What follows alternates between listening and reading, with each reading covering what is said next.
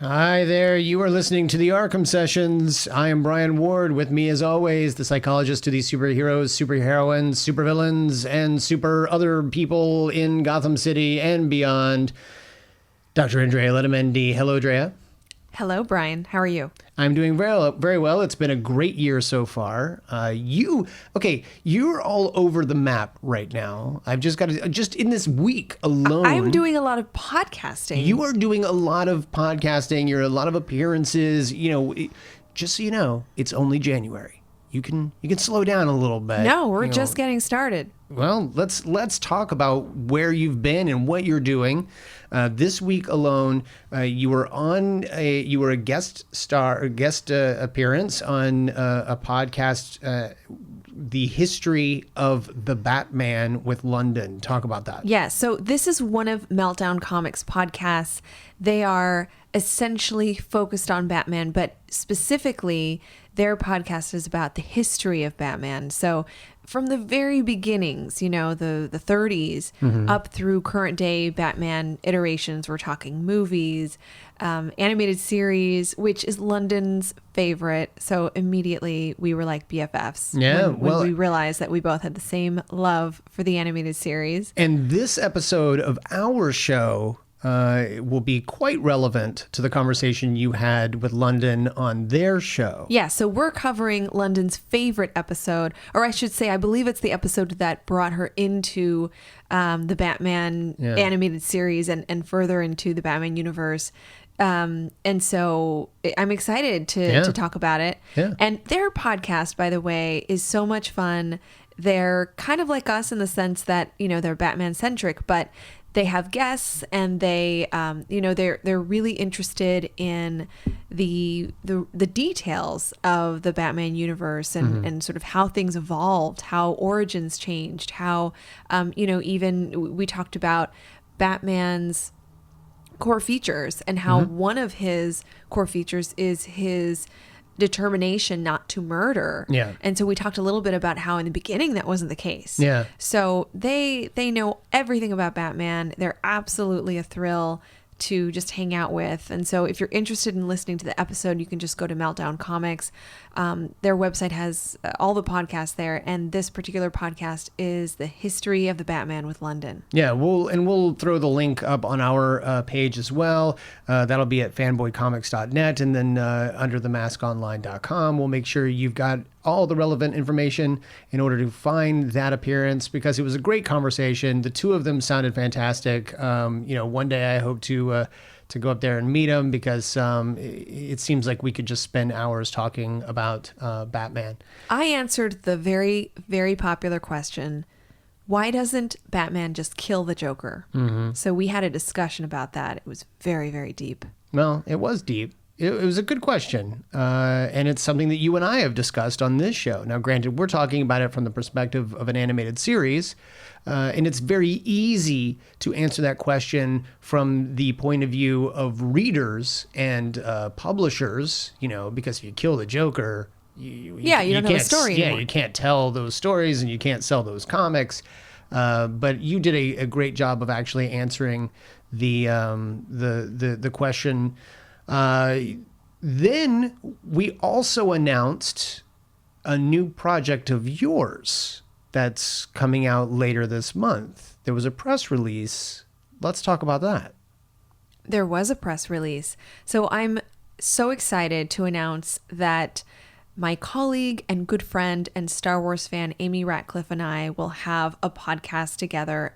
It's called Lattes with Leia, and it's basically two Star Wars fans / ladies chatting about Star Wars in a way that's authentic and real and honest. We're just going to go into our opinions, our perspectives, but we're going to do it in a way that's conversational, in a way that we hope is inclusive and welcoming to our listeners. So how often will people be able to hear new episodes of Lattes with Leia? They're going to be able to listen to a new podcast every month, and the best way to get them is to subscribe to Coffee with Kenobi, which is the network that the podcast network that will host us. So to clarify, Coffee with Kenobi is its own podcast, but they have other podcasts that run through that RSS feed. So instead of looking for Lattes with Leia on iTunes or wherever you listen to your podcast, if you subscribe to Coffee with Kenobi, once a month, one of those episodes will be Lattes with Leia. Yes, it's basically your monthly lady treat. Well, if that's how you want to get your monthly lady treat, go subscribe to Coffee with Kenobi and listen to Lattes with Leia. That first episode is this month, right? It's later this month. Like the 29th of January. So it's like a week away or something like that. Yep, it's close. And is there any sort of preview you can give us in terms of like what kind of discussion you might be diving into, or is that something that we're going to go into blind? Well, of course, what's on our minds right now is the film The Force Awakens. So listeners will be able to hear us give our opinions about the film. Specifically, we're going to be focusing on the character Rey. Okay. All right. That makes sense. That sounds fantastic. I'm looking forward to listening to it. But by the way, don't worry, because it's not going to have any effect on our show. We will continue to come back every week and talk about Batman the Animated Series, because frankly, I don't see how you could not come back and... Well, this is what we do, whether there's microphones in front of my face or not. I'm basically just talking about Batman and psychology. Yeah, basically what you don't know is she doesn't even know we have a podcast. We're just having a conversation, and I slipped a microphone in front of her, and that's what happened. We got a couple of emails, Drea. I want to address these before moving on to the actual show. So we've got a listener who's been listening to some of our past episodes and has a great question for you, Drea. And we've discussed this sort of thing a little bit, but I think it's important that we bring it back up from time to time so that new listeners can hear your thoughts. He says, my girlfriend is bipolar, and your double feature on Two-Face helped me to understand the mental illness more than any of the literature she's provided me with over the last 3 years. It really put everything into perspective for me. One question I have: let's say Two-Face had a significant other, if he was capable of doing so. How does someone close to him go about handling a bipolar episode when they inevitably do occur? He has fits of rage and moments where he's clearly not making logical decisions, which affects everyone around him. Is there a way that a henchman, a significant other, or a friend could manage an episode like this? Not managing Two-Face himself, maybe, but managing the situation in general. That's a wonderful question, and I appreciate that this listener was just very open about what he's experiencing. Bipolar disorder has a prevalence rate of 1 to 4%, meaning that on average, out of 100 people, 4 or so would meet criteria for bipolar disorder. Okay. That's not as common as something like depression, but it is a mood disorder and does deserve, a significant amount of treatment, whether it be medication, psychosocial treatment, individual therapy. So it's important to really think about the impact that this would have, specifically on this person that this writer is speaking about. And obviously it has an impact on the relationship. Mm-hmm. And it's also important to note that because it's every 1, 2, 3, or 4 people out of 100, it's not nearly as common as people want to say it is. Oh, when yes. people are like, I'm bipolar, I've got ups and downs, it doesn't mean that you're bipolar. That's a really good point, that simply having mood swings or getting irritable once in a while or kind of that like quick shift from happy to sad doesn't necessarily mean that a person has bipolar disorder. It could simply mean that that's just the way that their mood is regulated. Right. A lot of us go through that. I think that experience is really common. Sure. So I agree with you. We just like every mental health condition, we really want to think about, the actual occurrence of that particular experience, because it really is something that causes distress and pain for a lot of people. So we don't want to discount that Right. by making light of it. So could Two-Face have a good relationship with someone, whether it's a significant other or a henchman or a best friend or whatever? And how would those people be able to deal with those manic episodes should they occur? Yeah, it's certainly possible for someone like Two-Face to have close relationships, interpersonal relationships. And in fact, just having an open communication about the experience would be really helpful. So that would mean from the person who doesn't have the bipolar experience to just be open and even ask, like, what is it that I can do to help you manage those periods? Does it mean that I need to kind of give you space and let this naturally occur and allow you to use your resources, support system, therapy, medication to go toward your coping mechanisms? Or do you need me to be a bit more supportive on a one-to-one basis? Do we need to, talk about it? Do I need to come in and physically take you to receive help? So it's so different with everybody. Everyone has different preferences and different ways in which they can get healthier. But communication is absolutely key. And we should probably stress that trying to ask this question during an episode is not the time to do it. You probably won't get the most straightforward or honest answer if you ask while the episode is occurring. Well, I mean, my answer to that is it doesn't, I don't think it ever hurts just to say, I see that you're in pain. What can I do to help you? Okay. Yes. And when it like that, that's always appropriate. Yeah. But I agree with you in that, like, not a lot can get done. Are we talking about a crisis intervention? Are we talking about just, stopping the bleeding for now and then later we'll really get you help? You're right that when somebody is feeling in a safe place and they're feeling that their mood is regulated and stable, that's the best time to think about a plan.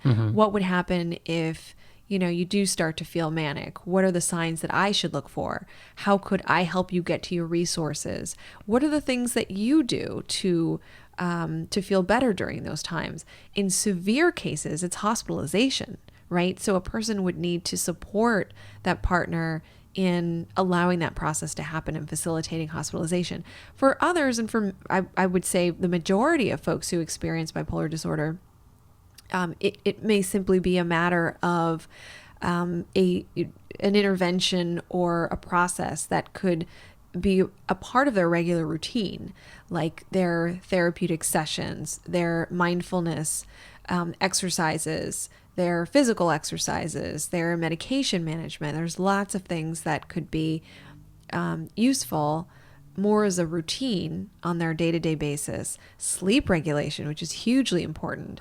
Some consistency so that their mood can really tap into that, to a regulatory system, so to speak, so that there are these regular daily routine-like expectations that a person can have, so that when their mood starts to, become unstable, that they can start to recognize that and reach out for help.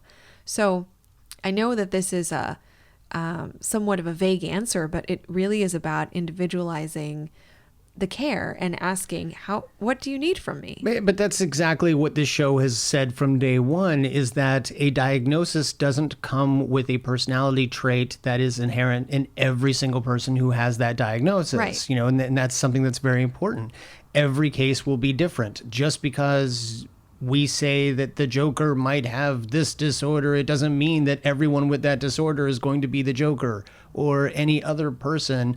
That's very important. So, if someone has bipolar disorder, it's very important to treat that person like a person and an individual, and to discuss it with them, on a one-to-one basis. Yeah, I think that's important. And speaking specifically to this listener, I would say you have the absolute right to tell a person in what ways, your rights would be violated. So for instance, during those episodes, if I'm a partner with you, I will not stand for promiscuity. I will not stand for illicit drug use. I will not stand for excessive alcohol use. Whatever standards you have that you've noticed, those boundaries have been have been violated or things have been questioned, because during manic episodes, sometimes behavior can be really risky and erratic and unlike that person's personality, but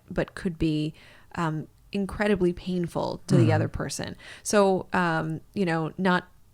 not to say that someone is being victimized, or not to make that assumption, but Sure.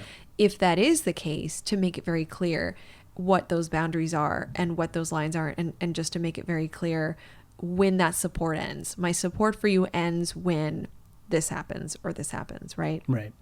If that's something someone is willing to arrange. Yeah. And I would say it's really up to folks how much they're willing to sacrifice and support, because some people will say, no matter what a person does, I love them, they're my family, and I don't have those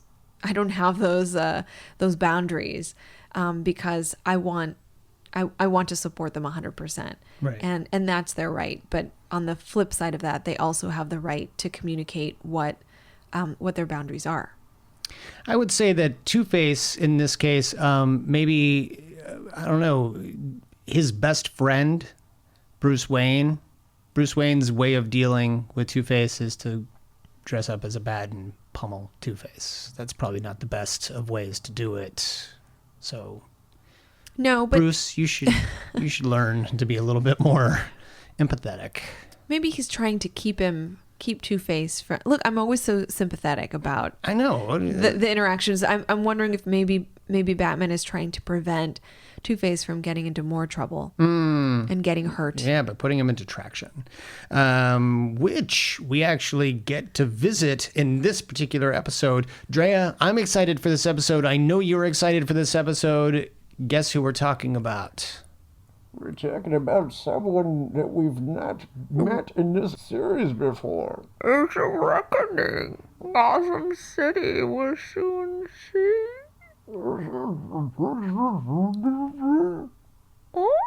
We're talking about Bane. Yes. Yay! This is exciting because this episode aired right there at the height of Bane. Nightfall. Yeah, I mean, like it was absolutely. I would think that if you knew Nightfall, and then suddenly Bane shows up in a cartoon, stuff's going down. You'd be excited, right? Or nervous. So to be clear, Nightfall, which is the story where Bane breaks Batman's back, right? Nightfall happened before this episode aired.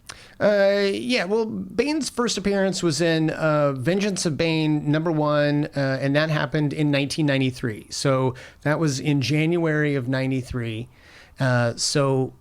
You mean in the comics? Yeah. Wow. Yeah. So, and he was created by Chuck Dixon and Doug Munch and Graham Nolan. And those guys created this great story where essentially you learn that this character was born and raised in a prison. His father had escaped the prison. And this government then basically declared, okay, fine, you escaped the prison, but you know what? Your kid is going to live out your life sentence here in this prison. And That's very inhumane. one would think, but the government itself really wasn't all that great. And I should say that it was it's not a real government. It's not like they picked some country and was like, you had Bane. They didn't delegate Bane to a particular country. Yeah, he was born in the Caribbean Republic of Santa Prisca. And so he was born in this prison called Peñadoro, and he lived out his entire life up to this point as a prisoner for a crime he wasn't even alive to commit. So it was pretty intense. But the cool thing about this particular character is Bane is phenomenally intelligent. I mean, even though he was born and raised in a prison, he was raised on books and high education. He managed to find ways of learning all of this incredible information.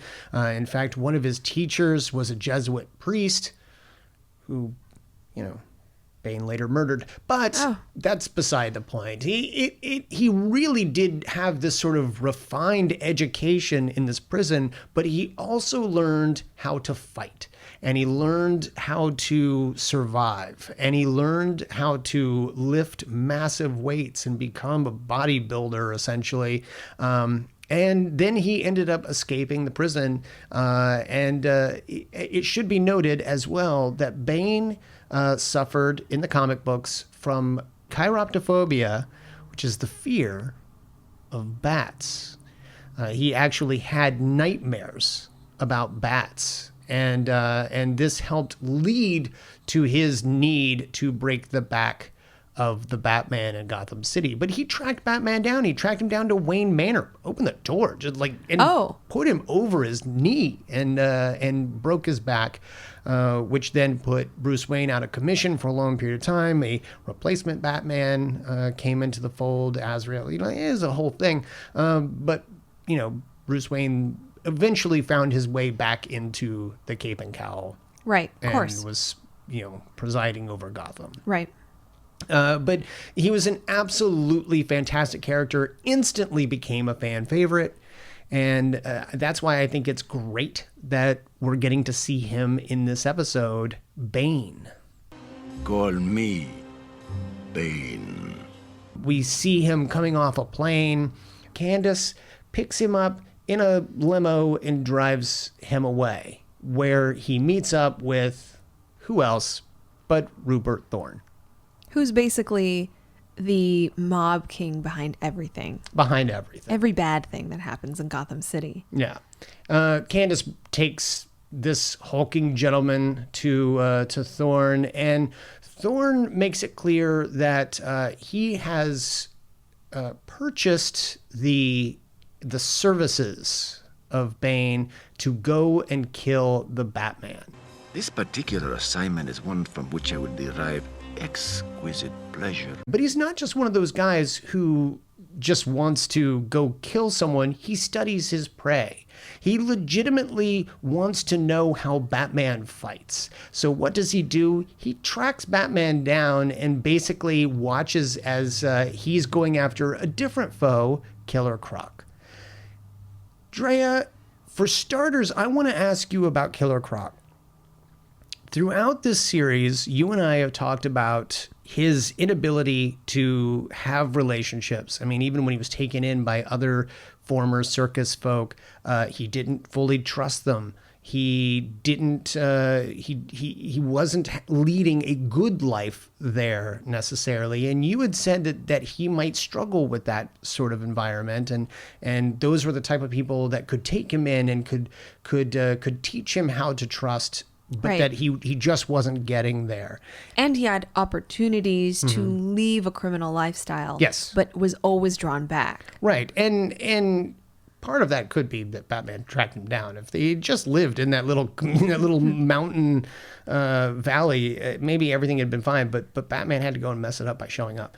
But we had established that Killer Croc is a loner. But when we meet him here, he has henchmen.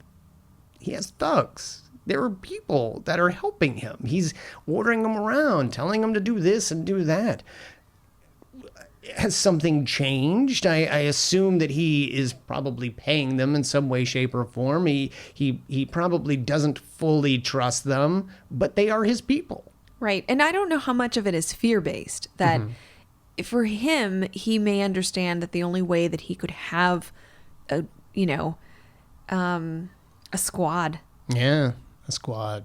A Croc squad. Croc squad. I want to be in the Croc squad. I think you are in the Croc squad. I'm in the Croc squad. Yeah. It's hard to say that. I am the Croc squad. But maybe he has recruited them through a process of fear. Yeah. I need help. I need men, henchmen, to to participate in my criminal activity because it's my ventures have become very large. He's no longer just throwing rocks at Batman. He's now doing something entirely different. Right. So it could be that he's either sort of forcing them to do it or manipulating them through some kind of fear process. But I mean, it could be just a form of bullying if you think about it. Sure. Would you say, because this is sort of what we do when we visit or revisit old villains and heroes and whatnot, would you say that this still means that he has in some way made progress or has taken steps to no longer being alone? If they had gotten away with this crime, presumably they could still be hanging out with him right now. Is that safe to say that maybe Croc has in some way? But you're kind of defined by the people you socialize with. So, I don't know these henchmen well enough I would have to give them, I don't know, some interviews and find out what their motivations are, why they're a part of the squad.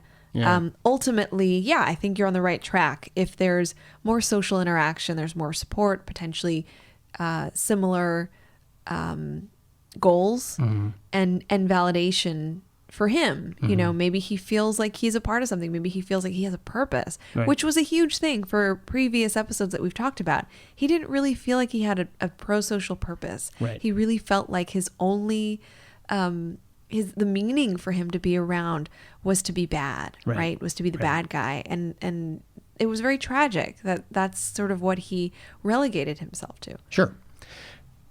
So they carry off this crime. Batman and Robin, of course, show up, break the whole thing up. They go after, the heroes go after the henchmen. Croc ends up escaping into the sewer. Batman ends up pursuing. But before Batman can get there, Croc has been taken down by Bane, who's come through a wall and just dismantled Killer Croc, which we've never seen before. We've never seen anyone just completely manhandle Killer Croc. Croc is floating downstream of the sewer right there in front of Batman. And here's something that I thought was interesting. Robin is sort of the perpetual optimist. He could be a crime fighter, Somebody trying to be like us, trying to help us clean up Gotham. What do you think, Batman? Look, Robin exists to bring positivity to Batman's life. There you go. I like the sound of that. I mean, just his costume alone, the bright colors, the original. I know this is not. I'm not trying to evolve into the history of the Batman, but the original Robin wasn't he brought in to be more lighthearted and kid friendly, gee whiz, and bring in more kid readers? Everybody needs a sidekick. Maybe, for all we know, he's only dressed in bright colors so that he can act as a distraction, so that the dark figure can come out from behind people. They're like, "Hey, see the bright colored thing over there? Aim your guns at that while I knock you out from behind." Well, personality-wise, he is always the more positive of the two, and I think it's good for Batman. Unfortunately, he was wrong. Well, I mean, that seems like a reasonable assumption. You've gone after one of Gotham's biggest, literally, villains, and he has been knocked unconscious and, just floats his way over to you. It's reasonable to assume maybe someone is trying to help you, but that is until they come up to the Batmobile, and it has been just as pummeled as Killer Croc, and it's clear that it was done by hand. He trashed my car, Alfred. Between a couple of guys. That's real personal. And they go to Stonegate to visit Killer Croc, who is laid up in traction. And Batman takes this as an opportunity to torture Croc a little bit. How do these traction things work? Sometimes he does it with mental torture, but in this case it's, what's that feel like? You hurting? Mind if I touch this lever? Okay. It's pretty gruesome. But, we find out that the man, of course, is huge, and he speaks with an accent, and he's got tubes going through him, and those tubes had some sort of fluid that ended up making Bane twice the size right there in front of Killer Croc. And this strikes a chord with Batman. Something Croc said reminded me of a Cuban prison experiment I heard about. Peña Doro Prison, for lifers only. Then we're looking for an escapee? That's right. And there's only been one escape in 25 years. 3 years ago. Robin, meanwhile, is spying on Bane and Candace. He's recording their conversation where they are basically saying that once they've killed off Batman, they're going to kill off Thorn and they're going to take over his criminal empire. It's probably best to do the first job before you start talking about the second job, because that's always going to bite you in the butt later. There's just, when you're talking about a 22-minute animated series, that's always going to bite you in the butt later, probably about 15 minutes from now. And so they end up finding Robin, capturing Robin, and using him as bait. I think it's interesting because... He's shirtless? Yes, I think it's interesting because he's shirtless and capeless, but they left the mask on. Gotta show some respect. Pretty soon, Candace, who wants Robin's mask, will have both Robin's and Batman's. Well, and Bane was the person who refused to take the mask off, telling her, like, in time, you'll find out their identities. Yeah. I sort of don't understand Candace's motives here. Like, I don't know why she's in this story. I get that they needed maybe somebody to tell us what's going on, because Bane is, although he might be intelligent, he's still very quiet, and this episode is really all about his muscle. Maybe they needed someone else to be involved to really share what their evil plan is, but she seems just sort of out of place here. Yeah. Well, I mean, she also gets to tell Batman all kinds of things. I mean, Batman ends up following Candace, and they go to her home. I'd like to speak to you about your new boyfriend. This is when Bane, basically gets in touch with Batman and says, I've got the one thing that means the most to you in the world. Alfred? No, it's Robin. It's the kid. He knows immediately it's the kid. Yeah. But what's up with that? No, I mean, clearly Bane did his research and really got to know. This is where the Bane character is true to, the original comics version, in the sense that Bane gets to know Batman. Like, right? He gets to really know what's important to him, why he's doing what he's doing, and he's figured out that Robin is his heart. Yeah. Like, ultimately, he can't lose Robin. Yeah. That would be a huge loss for him. Yeah. So to kill Robin is to kill him. Yeah. Yeah. I mean, this episode is very much about Batman in that regard. It's not even about Bane so much as it is about Batman and what he could lose and what that would mean to him when everything is said and done, maybe. And that's when they end up having this battle with Bane. Bane gets a great opportunity to put a spin on what everyone assumes is going to happen. Again, if you've read Nightfall, you know that Bane ends up breaking Batman's back. And there's a moment when he actually lifts Batman over his head and gives the famous line, "You are beaten. Now I will break you." And then is about to drop him over his knee. Yeah, which is how he breaks his back in the comics. And Batman takes that opportunity to, destroy the gauntlet, which controls the venom that's going into Bane, and it overloads, and basically we're then watching Total Recall. No! The venom! Gotta stop it!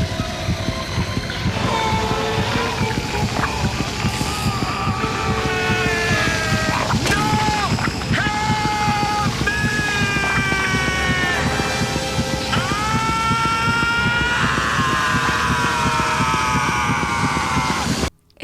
I honestly would say that so far, that is the most disturbing image. Maybe. I mean, there have been some disturbing images, if you remember. Like there have been moments, but I will say that I did think his head was going to explode, and that could make it the most disturbing. So maybe there's this anticipatory grossness about it, or anxiety about it, that his muscles are just sort of expanding and his head is expanding. Batman takes the tube out of the back of his head, which goes to the point that you were talking about on the other podcast. Batman just can't let anyone die. I mean, This might be the character you let go.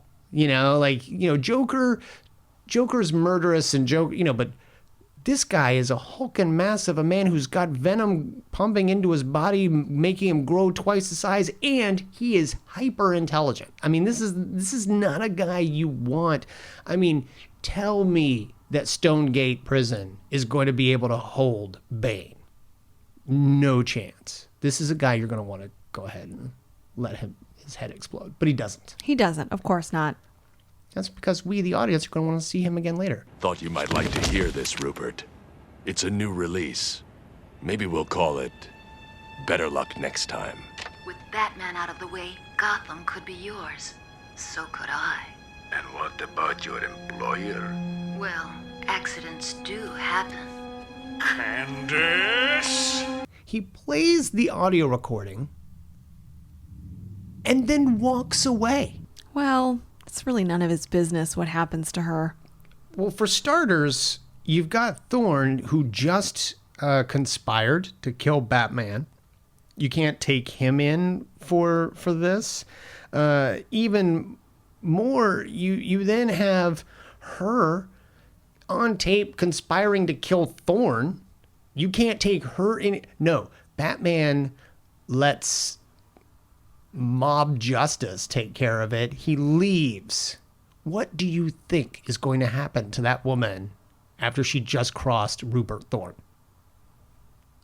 Sometime during the closing credits, she ended up taking a dirt nap or swimming with the fishes. Maybe Robin saved her, because remember, while Bane and Robin Batman was trying to kill her earlier. They ended up getting into a fight. That's right. I think he was trying to underwater, drown her. and they were fighting in the water, and each one was plunging her head under the surface of the water. There's only one reason you would do that kind of thing, and that is to either weaken someone from asphyxiation or something that you could win the fight or whatever. But it's kind of weird because he's also like, "Come here, little girl. I've got something to say to you." And she takes off her high heels and jumps in. Like, what's going on here? This is a very weird episode. Things kind of get weird when you insist that Robin's in every scene.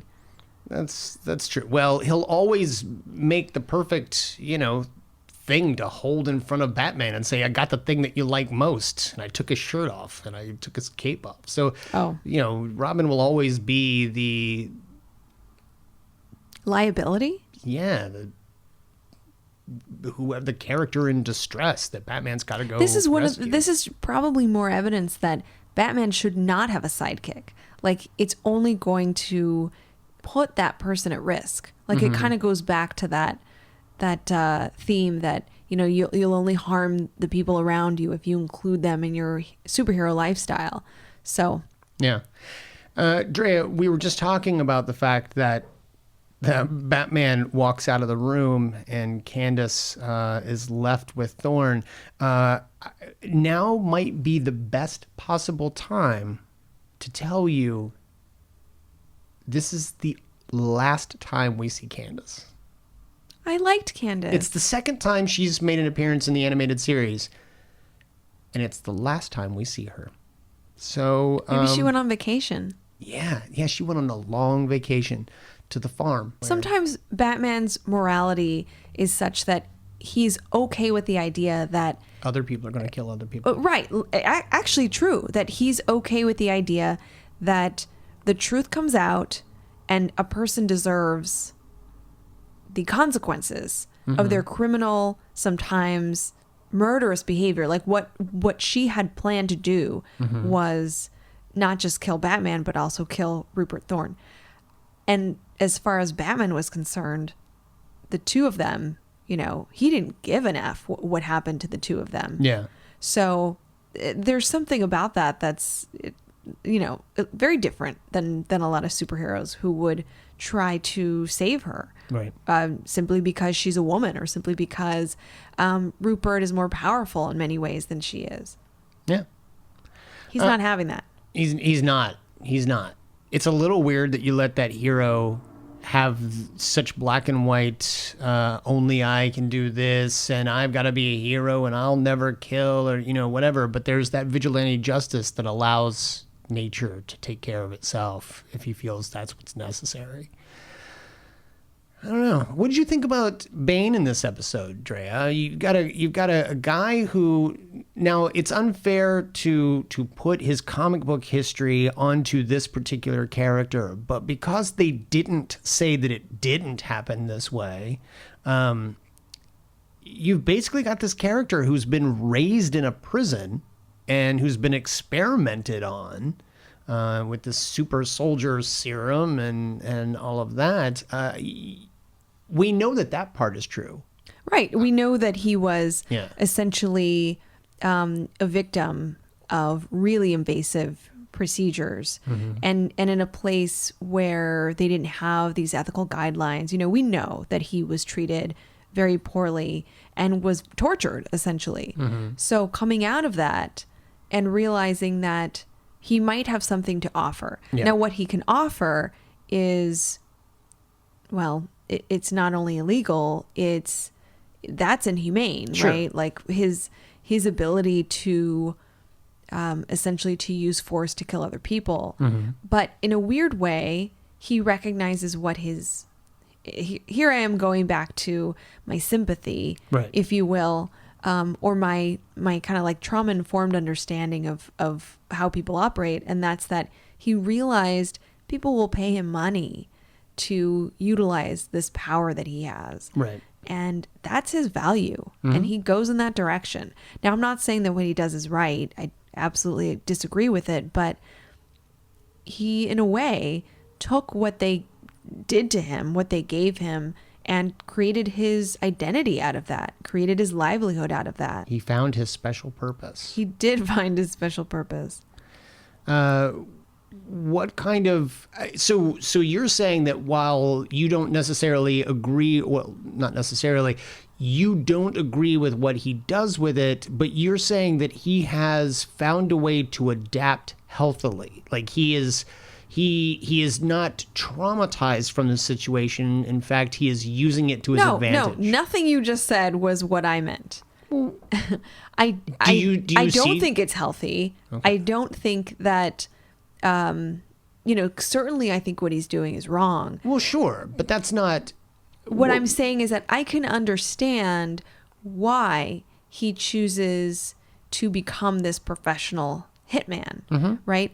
I can understand why he's capitalizing on what seems to be his sole power, his value, what he sees as an asset. Right. I can see that he's also doing it as a way to, I don't know, empower himself to essentially make meaning out of those experiments. And that's Right. what I'm tying this into, that those experiments were traumatic. Those experiments were violating his human rights. And in a way, he's able to interpret that negative experience as something that he can have more power over, Yes. to have control over. I think what I mean by that is that he has stepped through the other side. He is not, it's not like he is, he seems different from the other villains. He's not someone that you would necessarily be able to associate a mental or mood disorder to, or some sort of behavioral disorder or whatever. Like, this guy is a product of his environment. The fact that he was raised in a prison, the fact that he's been in this prison and was a prisoner there who was taken and experiments were conducted and things like that. But he still seems pretty well put together. I mean, he steps off the plane. He's very refined. He doesn't spend his fights like he would rather than go through with rage. Like, he is the antithesis of Killer Croc. Killer Croc would fight with rage. Killer Croc would I throw a rock at him. Bane's not going to do that. Bane is going to sit there and wait and watch Batman. He is going to calculate, this is how Batman fights. This is how I can beat him. Okay. Like Right. he has full agency. Like I think it comes down to what he truly feels about himself. And I'm not disagreeing with you. I think we're probably on the same page. But if you take someone like Killer Croc, I would imagine if I did have the opportunity to sit down in front of him and talk, ultimately we would reach the point where he would disclose that he feels bad about himself, that he doesn't like himself, that he feels alone, that he feels so different that it's painful. And you're talking about Bane. No, I'm talking about Killer Croc. Okay. So when I think about Bane, I agree with you in the sense that I'm not sure that he has I don't think his personhood is the same way. I think he identifies very differently. Potentially. When Batman delivers Bane to Thorne and drops his mask, which he's been wearing the entire episode, onto the table, Bane's face looks very different. He looks very he doesn't look like a menacing figure, and he is looking very sad and very disappointed in himself. Like there is maybe an experience that he has never experienced before, and that is failure at killing the person that he is going after. Like, could you imagine how many different people have ever been able to go up against Bane? None. Well, it could be his real first experience of, well, like you said, failure, but also of fragility. Like, wow, I'm not invincible. Yeah. I can lose. And I think you're right. I think the thing about Bane is that he's much more dynamic than unfortunately than people think. Yeah. I loved this episode. I thought it was done really well. And I'm hoping that we get to see more of Bane. I'm looking forward to seeing where they think they're going to keep him. Although Batman doesn't even really take him out. He doesn't leave with him. No, he leaves. He leaves the three of them. He just left him there. Like, nice try. Here, I'm leaving him here so you can try again later, I guess. He's done. Bye. He's so over it. Well, that or he's so confident that I've beaten you once, Bane, and you now know what that means, so you won't come after me. I don't know. It's interesting, but it does give Bane a reason to dislike Batman and maybe come after him again for more personal matters. Yes, but this gives Batman the juice. Like, if you think about it. No, Bane's got the juice. No, Batman's got the juice. Oh, okay. Like, this experience gives Batman that ego juice. You know what I'm talking about? Oh, like Batman needed ego juice. Well, he has more of it. He's got it. Okay. That's cool. I mean, I'm looking forward to seeing maybe what happens coming up. What's interesting is our episode next week is 180 degrees in the opposite of Bane, I think, Drea. And that is because we're dealing with something, frankly, I find a little bit creepy, and that is Baby Doll. Oh, no. Yeah. I know this one. Yeah, we're dealing with Baby Doll next week. Drea, until next week, why don't you go ahead and tell folks where they can find you online? You can find me on Twitter. My handle is @ArkhamAsylumDoc. My website is underthemaskonline.com. There you can find all the episodes of the Arkham Sessions, as well as some articles about the psychology of superheroes, sci-fi, and similar themes. Mm-hmm. And if you're interested in Lattes with Leia, you can contact either myself or Amy Ratcliffe. The handle on Twitter is @LattesWithLeia. We are at Arkham Sessions, so you can find us there. You can also find us on Facebook. You should absolutely come to Facebook and, poke like us there, okay. No, don't poke us. It feels weird to be like us on Facebook, but you can come like us on Facebook. We post a bunch of stuff there.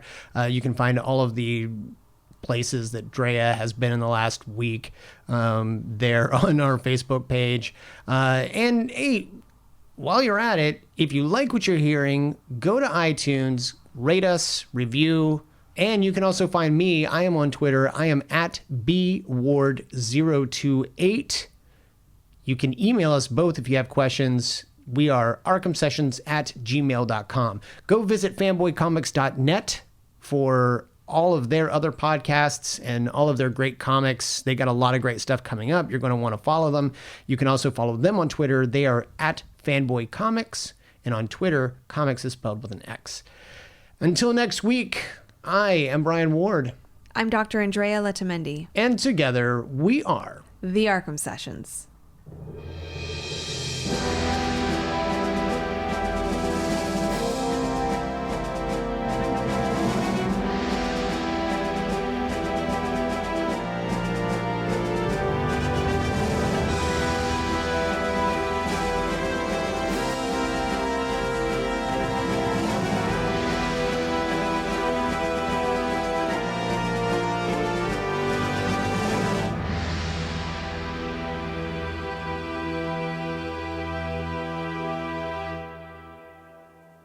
Come here, sweetie. I got something to discuss with you.